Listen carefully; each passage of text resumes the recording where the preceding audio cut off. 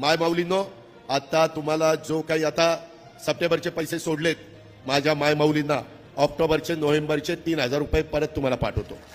भाऊबीजेला पण माझ्या बहिणीला, माझ्या माय माऊलीला मी तिला ओवाळणी देणार म्हणजे देणार, हा माझा वादा आहे। आता सप्टेंबरचे पैसे आले, आज मी तुम्हाला सांगतो ऑक्टोबर आणि नोव्हेंबरचे पैसे भाऊबीजेची ओवाळणी माझ्या बहिणींच्या खात्यामध्ये जाणार आहे, हा शब्द मी तुम्हाला देतो। एकत्रित हप्ता आहे 3,000 इतक्या सन्मान निधीचा, हा आज आपण महिलांच्या थेट खात्यामध्ये वितरित करत आहोत। साधारणपणे 2,52,00,000 इतक्या महिलांना आपण हा लाभ आज आम्ही DBTच्या माध्यमातून आम्ही वितरित करत आहोत। आणि साधारणपणे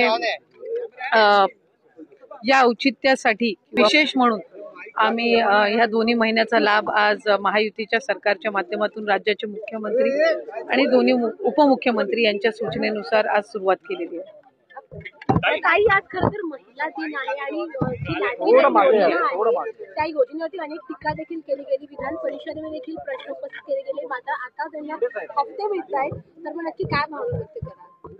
एकही महिना असा नाहीये की ज्या महिन्यात महिलांना लाडक्या बहिणीचा हप्ता मिळाला नाहीये। डिसेंबर महिन्यामध्ये सुद्धा आचारसंहिता संपल्यानंतर झालेला आहे। एक विशेष त्या दिवसाचे एक औचित्य साधून ते आम्हाला महिलांच्या खात्यापर्यंत पोहोचवता येईल। त्याच्यामुळे टीका तर या योजनेवर सुरुवातीपासून होतच आलेली आहे आणि त्या टीकेकडे फार लक्ष न देता महिलांच्या आयुष्यामध्ये सकारात्मक बदल करण्याच्या दृष्टिकोनातून ही योजना आम्ही यशस्वीरित्या राबवण्याकडे जास्ती लक्ष देत आहोत। मला खात्री आहे की केंद्र सरकार, देशाचे लोकप्रिय पंतप्रधान नरेंद्र मोदी साहेब याची योग्य ती या मागणीची दखल घेऊन एक आम्हाला सकारात्मक त्यांच्याकडून त्याचे एक उत्तर ऐकायला मिळेल, अशीच मी या निमित्ताने अपेक्षा करते।